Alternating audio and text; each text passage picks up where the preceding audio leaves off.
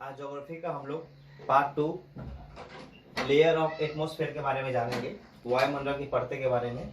ठीक है, चलिए तो आज हम लोग स्टार्ट करते हैं। तो वायुमंडल की जो परतें होती है वो 5 प्रकार की परतें होते हैं। एक होता है ट्रोपोस्फेयर, जिसको हम लोग क्षोभ मंडल, घन मंडल भी बोलते हैं। और एक है स्ट्रेटोस्फेयर, जिसको हम लोग समताप मंडल बोलते हैं। और एक है मेसोस्फेयर, जिसको हम लोग मध्य मंडल बोलते हैं। एक है आयनोस्फेयर, जिसको हम लोग आयन मंडल बोलते हैं। और एक्सोस्फेयर, जिसको हम लोग बहिमंडल बोलते हैं। ठीक है, ये 5 प्रकार का लेयर है, हम लोग का परतें हैं, जिसको हम लोग एक एक करके जानेंगे, एक के बारे में। ठीक है, चलिए तो हम लोग को पहले ये जानना है कि जो ट्रोपोस्फेयर जो होता है वो 8 से लेकर 18 किलोमीटर तक पाया जाता है। ठीक है, स्ट्रेटोस्फेयर जो है वो 18 से लेकर 50 तक, मेसोस्फेयर जो है वो 50 से लेकर 80 तक, और आयनोस्फेयर जो है वो 80 से लेकर 640 तक, और एक्सोस्फेयर जो है वो 640 से 1000 किलोमीटर तक। मतलब बोलने का मतलब है कि देखिए, पहले यहाँ समझेगा 1 किलोमीटर को। हम लोग पता है कि ये एक अर्थ है, ठीक है, और बीच से क्या गया हुआ है कि रेखा इक्वेटर, बीच से कौन सा रेखा गया है, इक्वेटर। और जो परतें हैं वो परतें किस प्रकार से है, कुछ अंडाकार शेप में परतें हैं।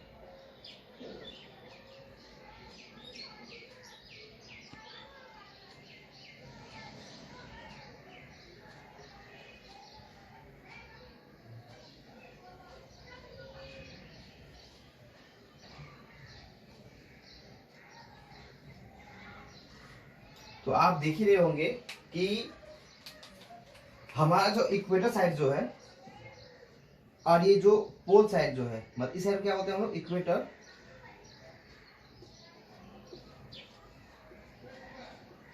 और इस साइड क्या बोलते हैं हम लोग पोल, मतलब ध्रुव। ये क्या हम लोग का भूमध्य रेखा। ठीक है, तो देखिए इक्वेटर का तरफ से, अगर इक्वेटर तरफ से अगर देखा जाए तो इसका डिस्टेंस कितना होगा, 18 किलोमीटर इक्वेटर की तरफ से। अगर वही अगर पोल की तरफ से देखा जाए, देखिए पोल की तरफ से क्या होगा, कम होगा ना, तो कितना होगा ये 8 किलोमीटर।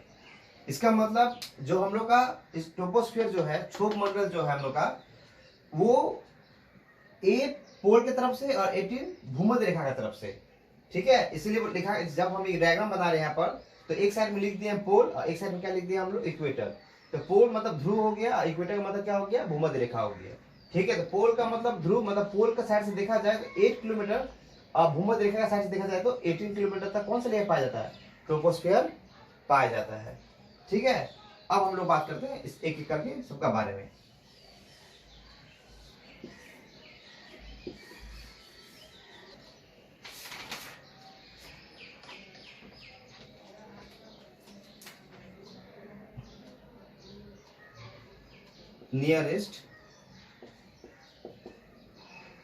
nearest to the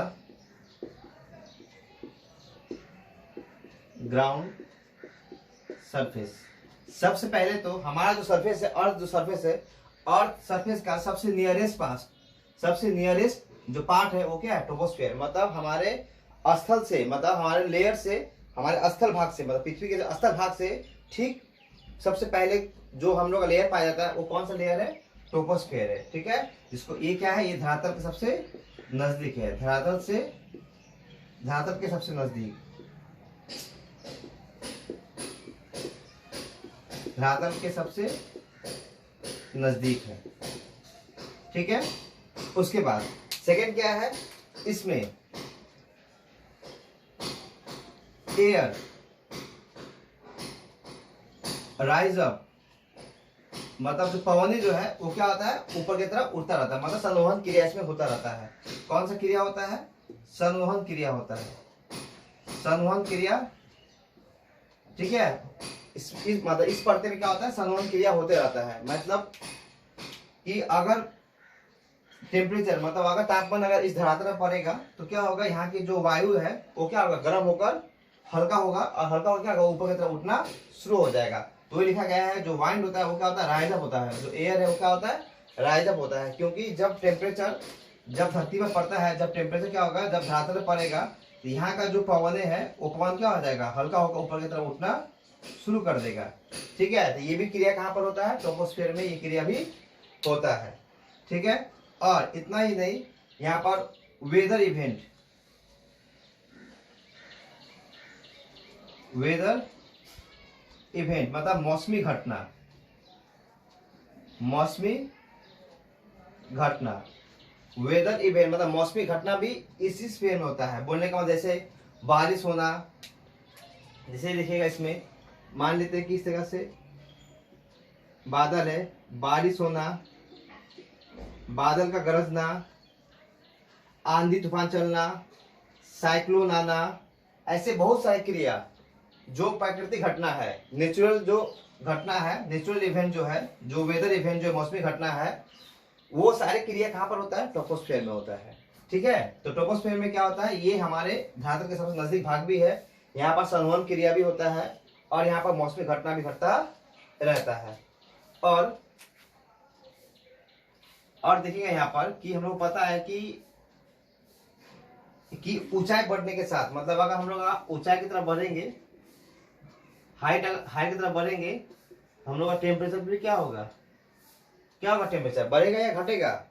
हाँ बताइए, घटेगा। इसका मतलब अगर हम लोग हाइट बढ़ता चला जाएगा तो टेम्परेचर क्या होगा? घटते रहेगा। इसका मतलब क्या? ऐसे से तो हम लोग अगर ऐसे हाइट क्या बढ़ते, मतलब ऊपर की तरफ अगर जाते रहेंगे तो क्या तापमान क्या घटता चला जाएगा? नहीं, एक लिमिट होता है। कहाँ तक? ट्रोपोस्फियर तक। ये एक लिमिट है कि ट्रोपोस्फियर तक ही ये चीजें देखने को मिलता है कि अगर ऊंचाई बढ़ेगा तो क्या होता है? जो तापमान है वो गिरता हुआ नजर आता है। जैसे हम लोग इस लेयर से बाहर चले जाएंगे तो ये क्रिया क्या हो जाएगा? बंद हो जाएगा। ठीक है, ये मतलब ये क्रिया बंद हो जाएगा। दूसरा बात, तो कितना हाइट बढ़ेंगे तो तापमान घटेगा? तो बताया गया है कि 165 मीटर ऊपर का तरफ बढ़ेंगे तो क्या होगा? 1 डिग्री सेल्सियस टेम्परेचर क्या हो जाएगा? गिरावट होगा। मतलब अगर 165 मीटर अगर हाइट मतलब ऊपर की तरफ अगर बढ़ते हैं तो तापमान कितना कम हो जाएगा? 1 डिग्री सेल्सियस तापमान क्या हो जाएगा? कम हो जाएगा। ठीक है,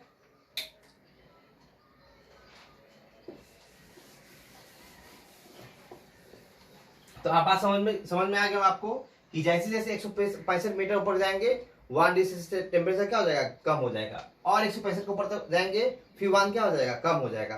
तो इस तरह से क्या होता है? ये टेम्परेचर गिरता ही रहता है। ये क्रिया लगातार होने के कारण इसको हम लोग क्या बोलते हैं? नॉर्मल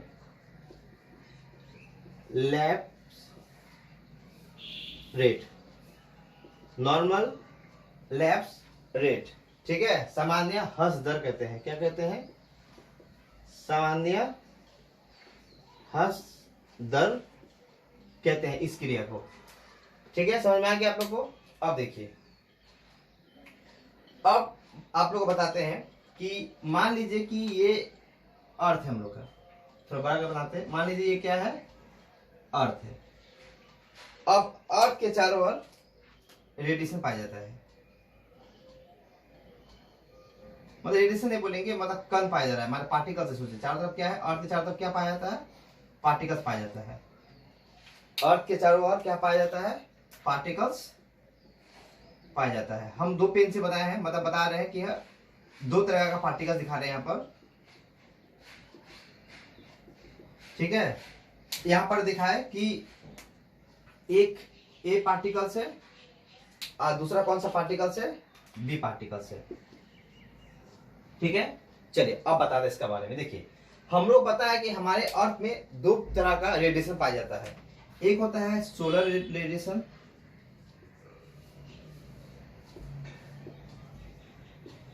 और एक होता है टेरेस्ट्रियल रेडिएशन।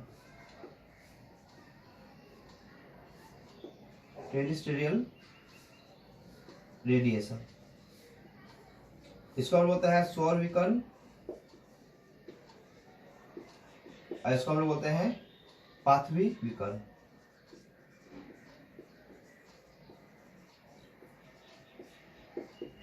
देखिए, अब आप लोग ये बताइए कि जो भारी पार्टिकल्स होगा वो कहाँ पाया जाएगा? अर्थ के समीप या अर्थ से दूर? तो हमें पता है कि जो हेवी पार्टिकल्स होगा, जो भारी पार्टिकल्स होगा, वो अर्थ का समीप होगा। इसका मतलब इस पोर्शन में, ये वाला भाग में क्या होगा? भारी मतलब हेवी पार्टिकल्स पाया जाएगा। हेवी पार्टिकल्स मतलब भारी कण पाया जाएगा। और हम लोग पता है कि अगर भारी कण पाए जाने के कारण क्या होता है, यहाँ का टेम्परेचर क्या होता है, ज्यादा होता है।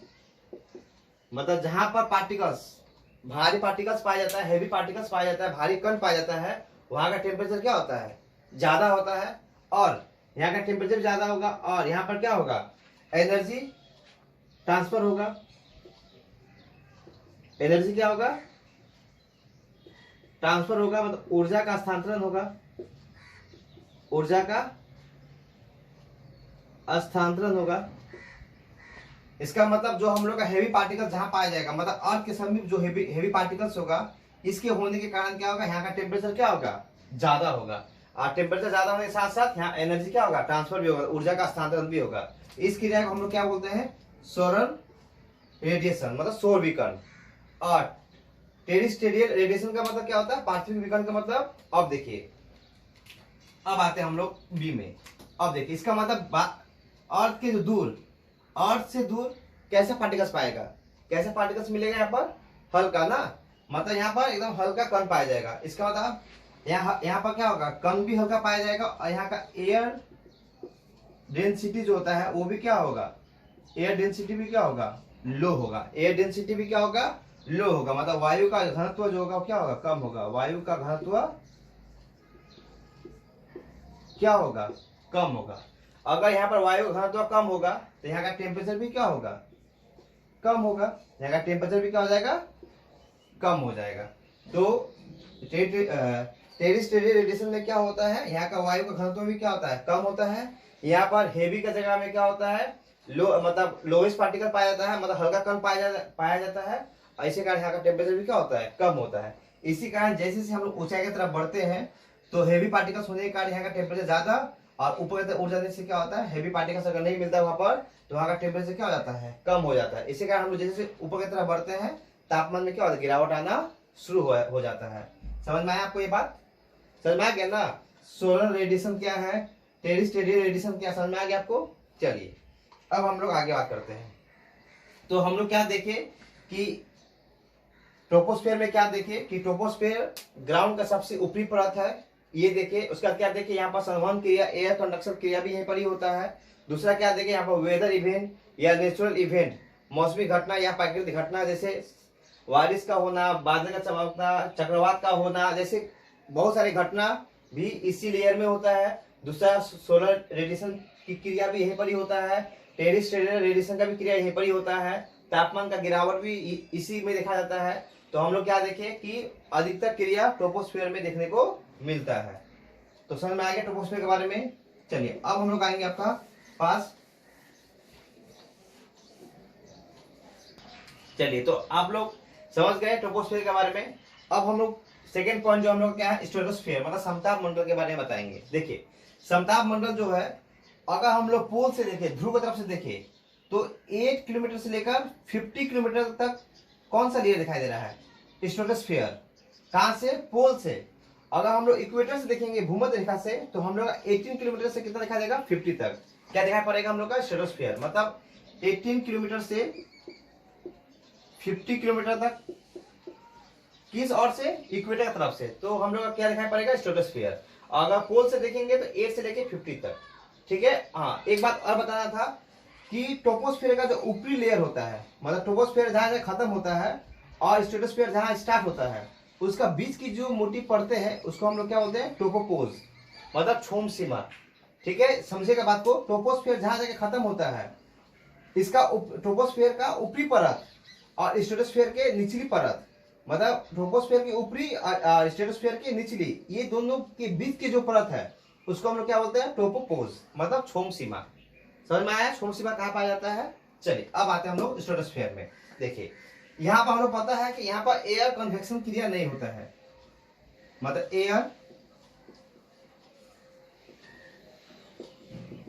एयर कन्वेक्शन जो होता है वो नॉट कंडक्ट। बोलने का मतलब है कि जो भी क्रिया हुआ वो क्रिया कहाँ होता है, क्षोम सीमा में, मतलब क्षोम मंडल में होता है, ट्रोपोस्फेयर में होता है। ठीक है, मतलब यहाँ वायु ऊपर की तरफ नहीं उड़ती है, वायु ऊपर की तरफ नहीं उड़ती है। एक एक्चुअल में देखा जाए तो यहाँ पर वायु जो है ना, यहाँ पर सीधी रेखा में स्पीड के साथ, मतलब स्पीड, वाइंड, ब्लो, मतलब पवने जो होते हैं वो तीव्र गति से चलती है। यहाँ पर पवने तीव्र गति से चलती है, ये तो है। और यहाँ पर पवने सीधी चलती है, मतलब पवने क्या होती है, यहाँ पर सीधी चलती है, सीधी, मतलब यहाँ पर पवन क्या होता है, सीधी चलती है, लेकिन किस गति से, तीव्र गति से चलती है। इसी कारण इस पवन को हम लोग जेट पवन भी कहते हैं।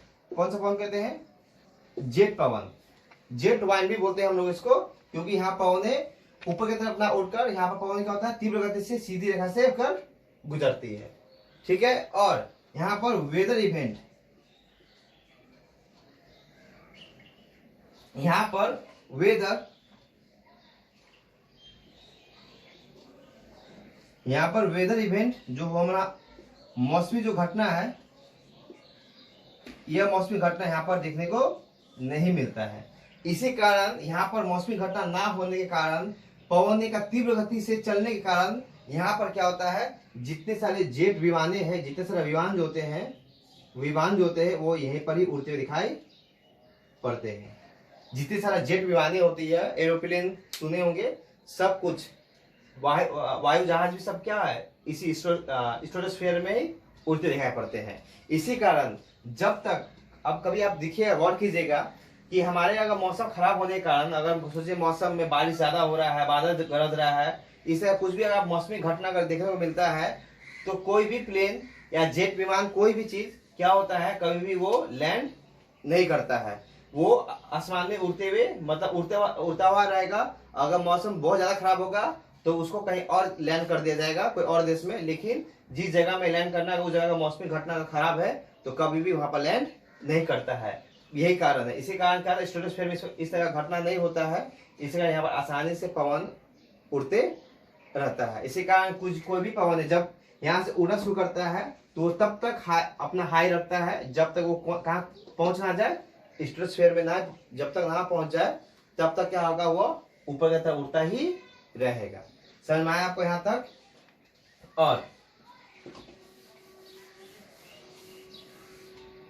और क्या होगा, यहां पर ozone layer form, ozone layer form, मतलब ओजोन की परतें पाई जाती है। ओजोन की परतें क्या होता है, पाई जाती है, क्योंकि जो स्ट्रेटोस्फीयर जो होता है उसकी मतलब इसका बीच में कौन सा लेयर पाया जाता है, ओजोन लेयर, मतलब बीच में कौन सा लेयर पाया जाता है, एक ओजोन लेयर भी पाया जाता है। ठीक है। देखिए अब बताते हैं ओजोन लेयर के बारे में। देखिए इसका फॉर्मेशन कैसे वो जानिए थोड़ा।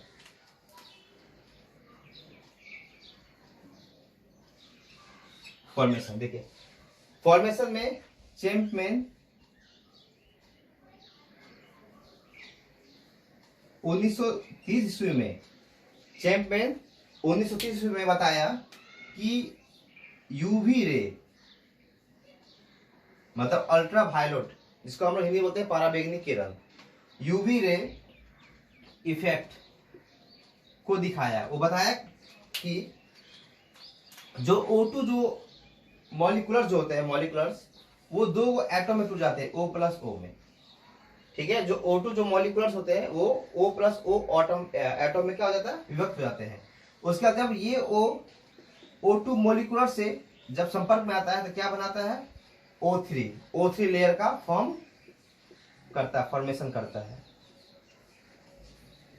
फिर O3 लेयर, फिर O+O2 में क्या होता है, फिर से जगह वो टूट जाता है। फिर O2 का संपर्क में, फिर O2 जो होगा फिर O+O में टूट जाएगा, फिर O2 का संपर्क में आएगा तो फिर O3 लेयर बना देगा। इस तरह से क्रिया क्या होता है, चक्र जो है वो साइकिल जो होता है वो चलता ही रहता है। इसी कारण इसको हम लोग कॉल्ड चैंपमैन साइकिल, मतलब हम लोग इसको चैंपमैन चक्र भी कहते हैं। बात समझ में आया किस प्रकार से फॉर्म होता रहता है यहाँ पर ओजोन लेयर। ठीक है। अब बता दें इसका फंक्शन क्या है ओजोन लेयर का।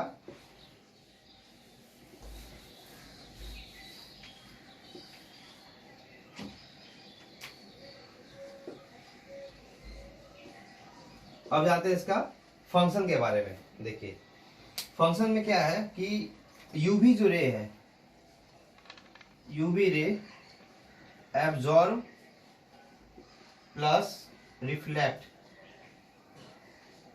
यूवी रे जो है वो क्या होता है, एब्जॉर्ब प्लस रिफ्लेक्ट, मतलब परावैंगनिक किरणें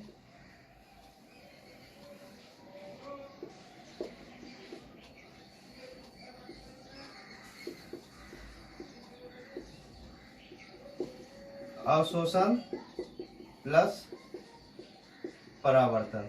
देखिए अब पहले हम लोग जानते हैं अवशोषण के बारे में। तो यूवी जो रे, जब परावैंगनिक किरणें, जब सूर्य से परावैंगनिक किरणें जब निकलती है, अल्ट्रावायलेट जब रे निकलता है, तो ओजोन जो लेयर है वहां पर पहुंचते हुए क्या होता है, मतलब मेसोस्फीयर को पार करते हुए जब ओजोन लेयर में पहुंचता है, तो ओजोन लेयर क्या करता है, कुछ परावैंगनिक किरण को अवशोषित कर लेती है और कुछ परावैंगनिक किरण को रिफ्लेक्ट मतलब परावर्तन कर देता है।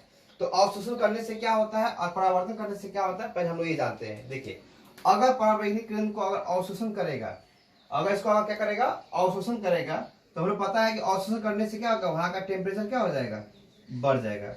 अवशोषण करते क्या होगा, वहां का टेम्परेचर बढ़ जाएगा। एक तो ये क्रिया होगा, दूसरा क्या क्रिया होगा, प्रोटेक्ट अस, मतलब हमारी सुरक्षा करेगा। कि हमें पता है कि अगर अल्ट्रावायलेट रे या परावैंगनिक किरणें हमारे त्वचा पर पड़ने पर स्किन कैंसर भी हो सकता है, और आंखों में पड़ने से आंखों को मतलब आंखों के रेटिना को क्षति पहुंचा सकता है। इसी कारण इसको क्या किया जाता है, अल्ट्रावायलेट रे क्या करता है, परावैंगनिक किरणों को अवशोषित कर लेता है, जिससे क्या होता है कि ये अल्ट्रावायलेट रे परावैंगनिक किरण धरती तक नहीं पहुंच पाता है, जिससे हमारे शरीर को सुरक्षा प्रदान होता है। साथ ही साथ और इस स्थान का टेम्परेचर क्या हो जाता है, बढ़ जाता है। और हमें पता है कि कंडेंसेशन होने के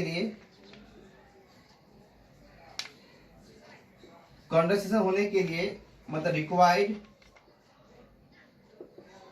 रिक्वायर्ड लो टेम्परेचर, मतलब कहने मतलब ये है कि अगर संघनन होना है, संघनन के लिए कम ताप की जरूरी। अगर संघनन होना है, हम लोग पता है कि बादल संघनन होने के बाद क्या बनता है, बादल, और बादल बनने से क्या होता है, वर्षा होता है। तो हम लोग पता है कि संघनन तब होगा जब वहां का टेम्परेचर क्या हो जाएगा, कम होगा। लेकिन हमें पता है कि स्ट्रेटोस्फीयर में ओजोन लेयर होने के कारण यहाँ का टेम्परेचर क्या होता है, ज्यादा होता है। अगर यहाँ का टेम्परेचर अगर ज्यादा होगा तो यहाँ पर कंडेंसेशन क्रिया नहीं हो पाएगा, तो संघनन नहीं हो पाएगा, क्योंकि संघनन के लिए कम ताप की आवश्यकता पड़ती है, और यहाँ पर कम ताप तो मिलता नहीं है। यहाँ का टेम्परेचर क्या होता है, ज्यादा होता है। अगर टेम्परेचर अगर ज्यादा होगा तो क्या होगा, कंडेंसेशन क्रिया नहीं हो पाएगा। अगर कंडेंसेशन नहीं होगा तो क्लाउड नहीं बनेगा, मतलब बादल नहीं बनेगा। अगर बादल नहीं बनेगा तो वर्षा नहीं होगा। तो इस प्रकार से क्या होता है, यहाँ पर मौसमी घटना या प्राकृतिक घटना देखने को नहीं मिलता है। बात समझ में आ गया कुछ स्ट्रेटोस्फीयर के बारे में। अब हम लोग आते हैं मेसोस्फीयर के बारे में।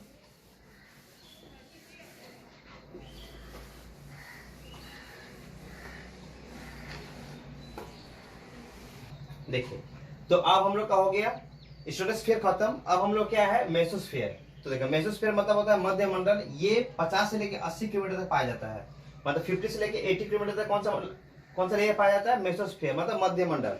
ठीक है, ये लेयर में ज्यादा कुछ नहीं है, बस दो ही चीज है पढ़ना इसमें कि डोंट हैव एनी पार्टिकल्स, मतलब इसमें कण नहीं पाए जाते हैं, कण नहीं पाए जाते हैं। पहला ये बात जानना, इसमें किसी प्रकार का कोई कण नहीं पाया जाता है, ना कोई भारी कण ना कोई हल्का कण। ठीक है, और हम लोग देखेंगे कि रे जो है क्रॉस दिस लेयर। हम लोग पता है ना कि जब यहाँ पर जो ओजोन लेयर जो पाया जाता है, इस लेयर का जो मोटाई होता है वो होता है 18 से 22 तक, मतलब 18 से लेकर 22 तक किलोमीटर का ओजोन का लेयर की जो मोटाई होती है वो कितना होता है, 18 से लेकर 22 किलोमीटर तक इसकी मोटाई होती है। तो जो किरणें जो आती है वो मेसोस्फीयर को क्रॉस करते हुए कहाँ पहुंचती है, ओजोन लेयर तक पहुंचती है। इसका मतलब रे क्या होता है, यहाँ पर किरणें पार कर देती है, किरणें पार कर देती है। मतलब मेसोस्फीयर के किरण क्या होता है, पार करते हुए कहाँ तक पहुंचती है, ओजोन लेयर तक पहुंचती है। और सबसे कोल्डेस्ट लेयर मतलब ठंडी परतें कौन सा परतें हैं, ठंडी परतें हमारा कौन सा परतें हैं, तो मेसोस्फीयर है। बस इसी में हम लोग को इतना ही जानना था मेसोस्फीयर के बारे में। अब आते हैं हम लोग आयनोस्फीयर के बारे में।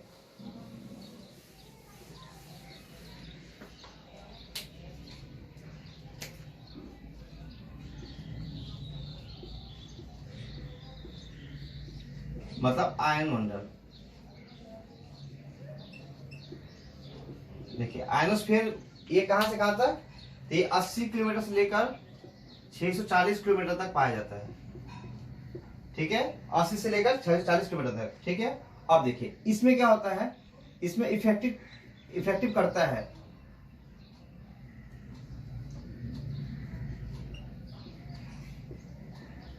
Effective UV ray. मतलब यूवी जो रे होता है यहाँ अपना प्रभाव दिखाता है। मतलब यूवी रे जो हमारा पराबैंगनी किरणें हैं,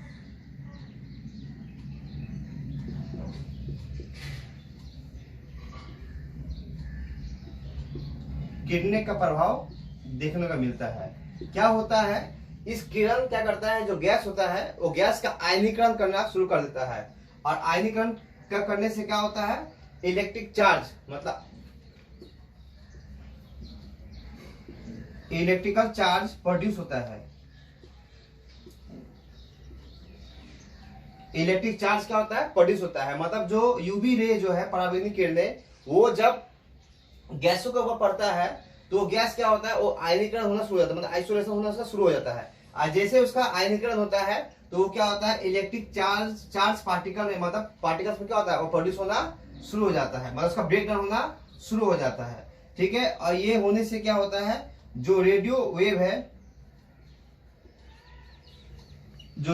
है वो क्या होता है, रिफ्लेक्ट होता है। क्या होता है, रेडियो वेव क्या होता है, रिफ्लेक्ट होता है। मतलब रिफ्लेक्ट होता है बोलने का मतलब है कि रेडियो तरंगों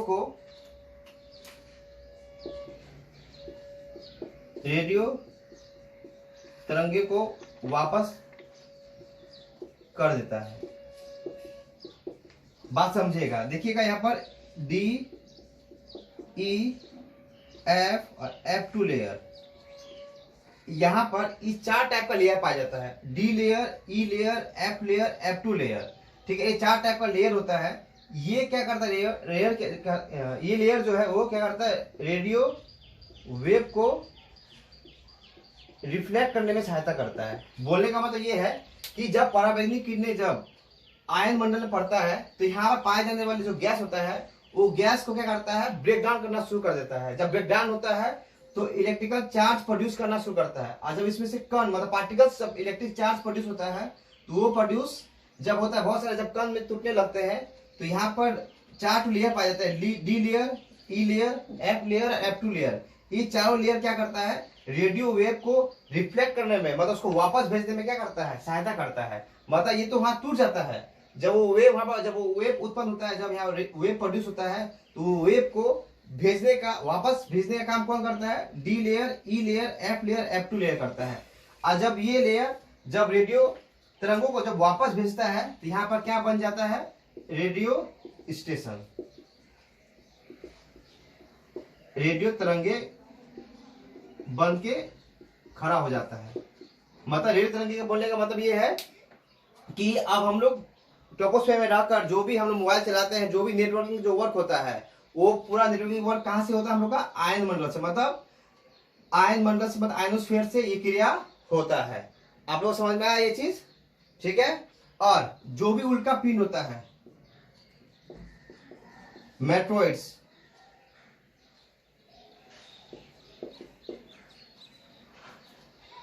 जो भी मेट्रोइड्स जो होता है उल्का पिंड, जो भी उल्का पिंडे जो होते हैं, उल्का पिंड उसका डिस्ट्रॉयड भी कौन सा लेयर में होता है, ये आयन मंडल में ही ये डिस्ट्रॉयड भी होता है। आप लोग समझ में आया ये वाला। चलिए इसके बाद जो लेयर है हम लोग का लास्ट लेयर,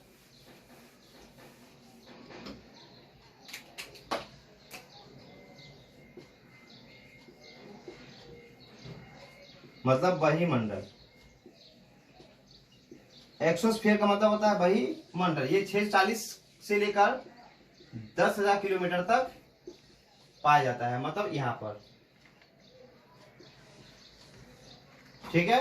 और इसमें कुछ जानना है, बस हम लोग पता है कि ये वायुमंडल में जितने सारा सैटेलाइट है ना,